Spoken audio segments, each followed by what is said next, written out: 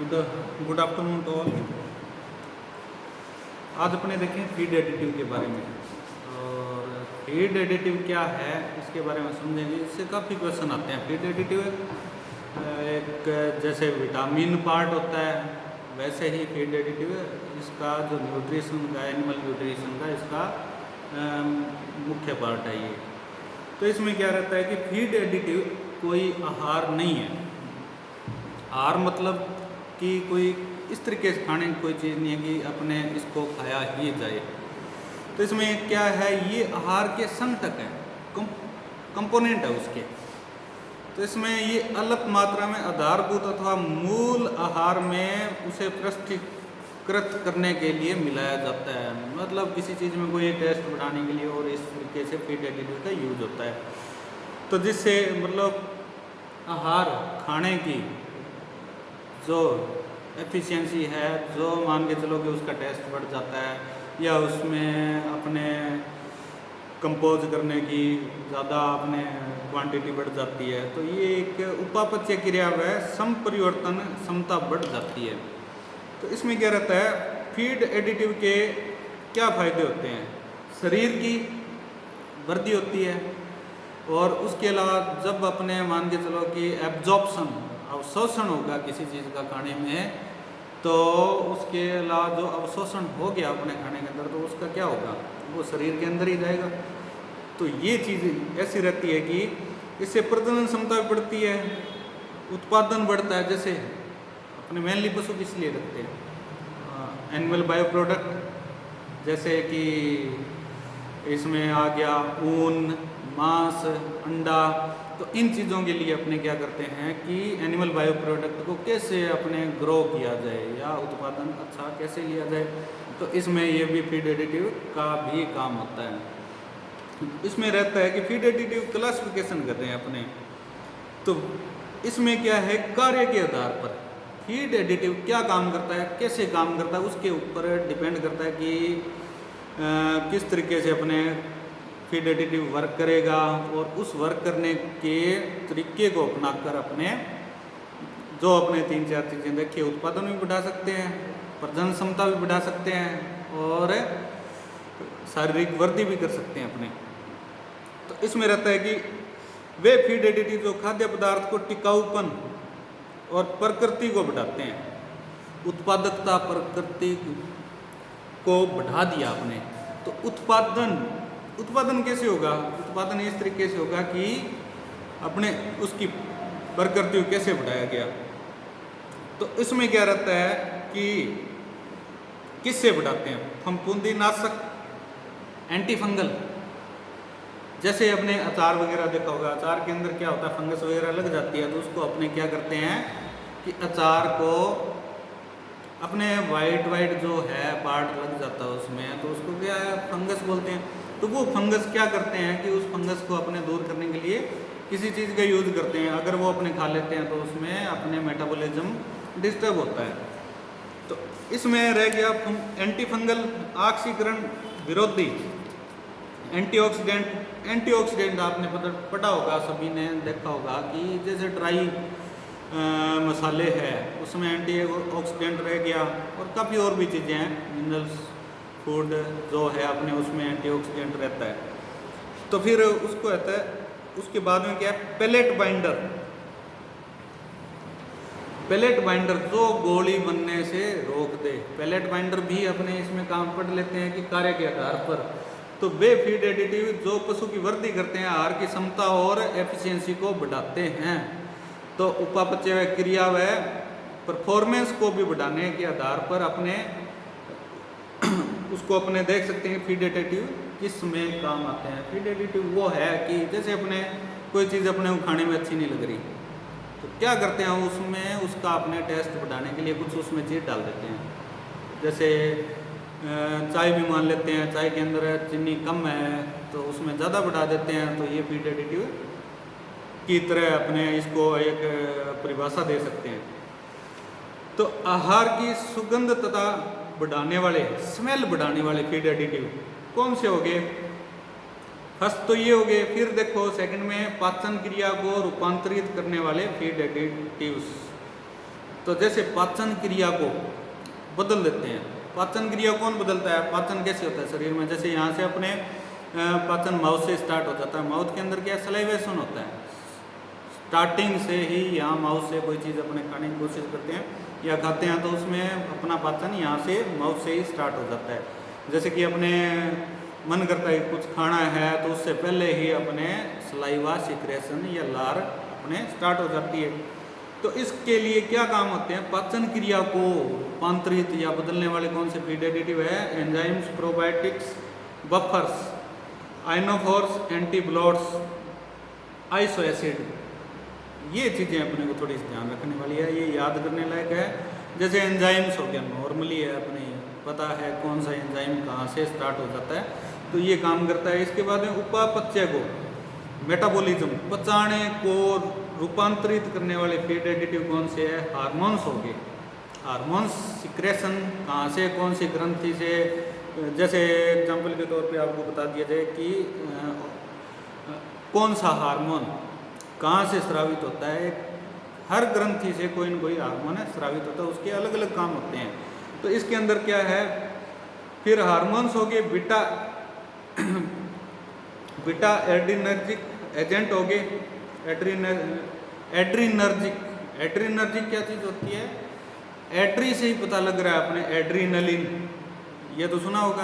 तो ये क्या होता है? ये हार्मोन अपने एड्रीनलिन ग्लैंड से, ग्रंथि से स्रावित होता है। तो ये भी अपने को उपापचय को बदल देते हैं। तो इसके बाद में है वृद्धि कारक फीड एडिटिव। वृद्धि कारक, वृद्धि को बढ़ाने वाले, उसमें क्या है? एंटीबायोटिक हो गए, फिर उसमें हो गए कीमोथेरेपेटिक एजेंट। कीमो मतलब रासायनिक, कोई मतलब केमिकल्स इसमें ऐड हो जाते हैं। फिर आता है सेकंड, ये तो थे कार्य के आधार पर। फिर पोषकता के आधार पर अपने देखते हैं इनको। पोषक फीड एडिटिव कौन से? एब्नॉर्मल मिनरल्स और विटामिन। हार्मोन कहाँ के? कार्य के आधार पर। एंजाइम्स कहाँ के? कार्य के आधार पर। फिर अपने आते हैं ये एमिनो अम्ल और मिनरल्स और फिर विटामिन, ये आगे पोषकता के आधार पर। तो पोषकता के आधार पर इसमें क्या है? फीड एडिटिव ये हो गए कि अपोषक फीड एडिटिव। पहले तो थे पोषक के आधार पर। पोषक मतलब पोषण, अपने जो खाने को जो चीज़ मिल रही है उसको अपने पोषण की, अपने ग्रो करने के लिए, बॉडी ग्रो के लिए, तो ये चीज़ें इसमें आ जाती है। फिर आते हैं उसके बाद में क्या है कि अपोषक फीड एडिटिव कौन सी है? जो मतलब अपने पोषण के थ्रू ना हो, जैसे अपने खाने के थ्रू ना हो, डायरेक्ट अपने यूज में आ जाए, बॉडी में एब्जॉर्ब हो जाए। और इसमें क्या रहता है? Antibiotic, hormones, enzymes, probiotics, antioxidant, anti कैकिंग agent, feed preservative. तो ये काफ़ी सारे हैं। फ्लेवरिंग एजेंट, फ्लेवर आपने सुना होगा कि किसी आइसक्रीम को अपने खाने के लिए अपने कुछ मांगते हैं कि ठीक है ये फ्लेवर हमें चाहिए, तो वो फ्लेवर अपने को मिल जाता है। तो ये पैलेट बाइंडर्स, पैलेट गोलियों को मतलब बांधने वाले, डाइटरी बफर्स, मिथेन इनहिबिटर, तो बाकी चीज़ें ध्यान में रखने लगे। एंटीबायोटिक्स, हार्मोन्स, एंजाइम्स, प्रोबायोटिक्स, ये हो गया इसमें अपोषक फीड एडिटिव। फीड एडिटिव से हानियाँ क्या होती है? जब पशु को आहार में अल्प मात्रा में हार्मोन व एंटीबायोटिक देते हैं तो वे अपना असर पशु में ही दूध व मांस आदि के माध्यम से मनुष्य तक भी पहुंचाते हैं। अपने कहते हैं कि एक पीरियड रहता है कि विड्रॉल पीरियड, कि वो जो अपने एंटीबायोटिक किसी पशु को दी है वो अपने उस बॉडी के अंदर से उसका असर कितने टाइम बाद में ख़त्म हो जाता है। तो ये एक विड्रॉल पीरियड रह गया, तो इसका भी फीड एडिटिव का विड्रॉल पीरियड होता है। तो ये नुकसान भी पहुंचा सकते हैं, अपने तक ही आते हैं। हमेशा अपने दूध पीते हैं तो दूध या चाय या एनिमल बायो प्रोडक्ट, मांस या अंडा कुछ यूज़ करते हैं तो वो उनको दिया गया वो पार्ट भी अपने तक पहुंचेगा। ये एक अपने उसकी हानियाँ है। तो इसमें क्या है? रेजिस्टेंस बन जाता है। अगर अपने मान के चलो कि ठीक किसी पशु को अपने एंटीबायोटिक दिया तो वो एंटीबायोटिक अपने अंदर पहुंच गया।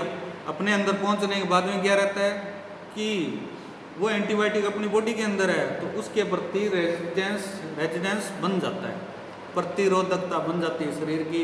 अगर अपने कोई बीमार हो गए तो वो दवाई अपने दोबारा अपने बॉडी में यूज करेंगे, इंजेक्ट करेंगे, चाहे ओरली लेंगे, तो उसमें क्या रहता है कि वो सारी जो मेडिसिन अपने एनिमल बायो प्रोडक्ट के थ्रू ली थी उसके प्रति प्रतिरोधकता अपने शरीर में बन चुकी है, तो अपने या तो उसकी एंटीबायोटिक चेंज करनी पड़ेगी या डबल डोज लेनी पड़ेगी।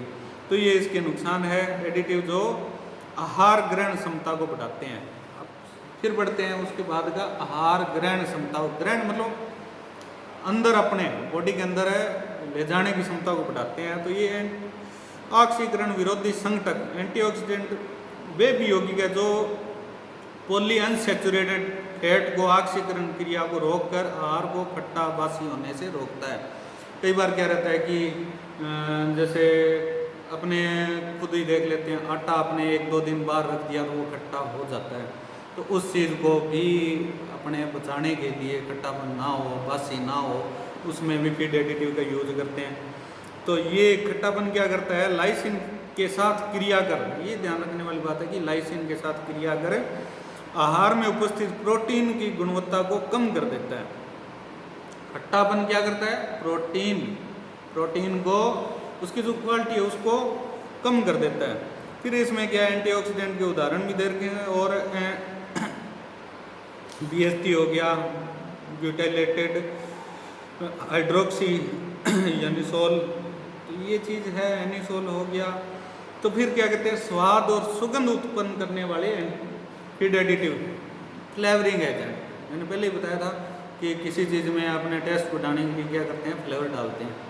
जैसे अपने आइसक्रीम भी खाते हैं वनीला फ्लेवर की, तो वो अपने को ज़्यादा टेस्टी लगती है, या कोई अदर आइसक्रीम होगी।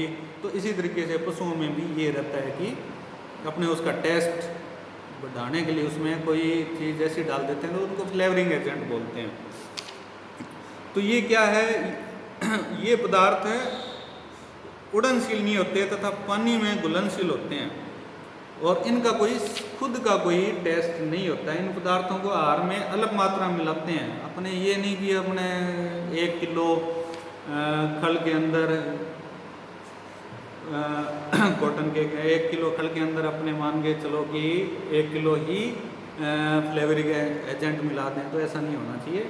तो ये कम मात्रा में है। इन सुगंध पैदा करने वाले तत्वों को आहार में निम्न कारणों और परिस्थितियों में मिलाते हैं। जब खाना बिल्कुल ही टेस्टी ना लगे तो इनको मिलाया जाता है। और जब पशु बीमार और रोग ग्रसित हो जाता है तो उसके खाने की रुचि बढ़ाने के लिए, जैसे कई बार पशु बीमार हो गया तो वो ऑफ फीड ही रहेगा, और लगभग केसेज में ये रहता है ऑफ फीड होने के कारण क्या रहता है कि उसके अंदर खाने में टेस्ट किसी तरीके से फ्लेवरिंग एजेंट मिलाया जाता है। तो ये कुछ फ्लेवरिंग एजेंट है, जैसे चीज़ फ्लेवर हो गया, गार्लिक फ्लेवर, मीट फ्लेवर मिला देते हैं। तो ये हमेशा 0.1% से भी कम मिलाना चाहिए। तो ये मुख्य बिंदु है इसका। एडिटिव जो रंग को बढ़ावा देते हैं। नेक्स्ट टॉपिक रह गया, ये एडिटिव आहार को अधिक आकर्षक, मतलब कोई चीज़ अपने देखने में अच्छी लगती है तो उसको अपने उसकी तरफ से अट्रैक्ट होते हैं। तो ये क्या है कि कलर उसमें मिला देते हैं। आहार क्या, जो खाने की चीज़ अपने को खाने के लिए देखने में, रंग में अच्छी लगे, तो इसको अपने खाने में पसंद ज़्यादा करता है। तो इसमें कुछ एग्जांपल ये भी है, brilliant blue, black eosin, indigo, carmine, तो सूडान रेड, क्लोरोफिल्स, तो ये चीज़ें रहेगी। तो फीड एडिटिव के अंदर आगे देख रहे हैं अपने कि इसमें जो रंग द्रव्य के रूप में मिलाए जाते हैं, द्रव्य के अंदर जो लिक्विड के तौर पे मिलाए जाते हैं, तो उसमें क्या है कि इसका उपयोग मुख्य रूप से अंडे देने वाली मुर्गियों के आहार में किया जाता है। एग योग का पीलापन अधिक करने के लिए पिल्ली मक्का का आहार मिला देते हैं। ये सभी को ध्यान में रखना है कि एग योग जो मुर्गी का अंडा होता है वो पीलापन बढ़ाने के लिए उसमें क्या है, पीली चीज़ें जैसे मक्के का दाना उसमें ज़्यादा डाल देते हैं तो उसका पीलापन फिर बढ़ जाता है। तो फिर उसके बाद में क्या है कि आहार बनाने वाली फर्म मक्का के स्थान पर एल्फा की पत्तियों को 2-3% जेंथोफिल व बीटा एपोएट, कैरोटीन आहार में मिला देते हैं, इन सब से यौक अधिक पीला हो जाता है। फिर आता है कि नेक्स्ट टॉपिक रह गया कि फीड एडिटिव जो पेलेट या गोली, सबने सुना होगा पेलेट वर्ड, एक नया सा ना लगे कि जैसे अपने खाना भी पचाते हैं तो उसकी एक गोली बन के अपने मतलब अलग अलग पार्ट में पहुंचती है, तो उसको क्या है बनाने के लिए उपयोग में लेते हैं। ऐसे फीड एडिटिव कौन से है जो पेलेट के रूप में प्रस्तुत करने के लिए मिलाए जाते हैं? तो जैसे लिग्निन, कैल्शियम, लिग्नोसल्फेट, सूअरों के आहार में सेपियोलाइट आदि मिलाते हैं, सूअरों के आहार में सेपियोलाइट मिलाते हैं। ये एक क्वेश्चन मुख्य रहता है इसका। तो एडिटिव जो पाचन व अवशोषण को बढ़ाते हैं, सभी ने देखा होगा ग्रिट, सभी को पता है कि मुर्गियों के दांत नहीं होते, तो अतः कठोर दानों को तोड़ने अथवा पीसने का काम गिजार्ड अंग करता है। ये ध्यान रखने के लिए बात है। यह कार्य आसानी से तभी होता है जब ग्रिट उसकी गिजार्ड में अवेलेबल हो, जो आहार को अच्छी तरीके से पीस देती है, तो उसमें क्या रहता है फिर अवशोषण आसानी से हो जाता है। इस सेल्स भी हो सकता है। और लाइमस्टोन, संगमरमर स्टोन, पत्थर के छोटे टुकड़े अपने गिजार्ड में रहते हैं। तो इसमें प्रतिरोधक व उदासीन कारक, प्रतिरोधक उदासीन कारक कौन कौन से? वे पशु जो अपने ब्यात में बहुत अधिक दूध देते हैं, उन्हें अत्यधिक उत्पादन के लिए अतिरिक्त ऊर्जा की आवश्यकता होती है। इस ऊर्जा के लिए क्या किया जाता है? उन्हें अधिक मात्रा में दाना देना पड़ता है। इस अधिक दाने के कारण रुमन में फर्मेंटेशन क्रिया व पीएच दोनों बदल जाते हैं और अम्लीय अपच की स्थिति पैदा हो जाती है। इसको नियंत्रित करने के लिए बफर्स, न्यूट्रलाइजर्स मिलाए जाते हैं। कि कई बार क्या होता है, किसी गाय या भैंस का दूध 35 किलो 40 लीटर 35 लीटर 40 लीटर है सॉरी, तो इसमें ये रहता है, तो उसमें क्या कि अपने अधिक से अधिक खाने के लिए दाना या जो राशन उसको दिया जाता है कि वो उसको पचाने के लिए उसमें क्या रहता है कि उसके रुमन के अंदर उसका पीएच चेंज हो जाता है, तो इसके लिए न्यूट्रलाइजेशन और बफर मिलाए जाते हैं जिससे कि एसिडिटी जैसी प्रॉब्लम ना हो, अपच जैसी प्रॉब्लम ना हो। तो ये तरह अपने फीड एडिटिव्स, और नेक्स्ट लेक्चर में देखें अपने फीड एडिटिव्स का ही पार्ट है चिलेट्स।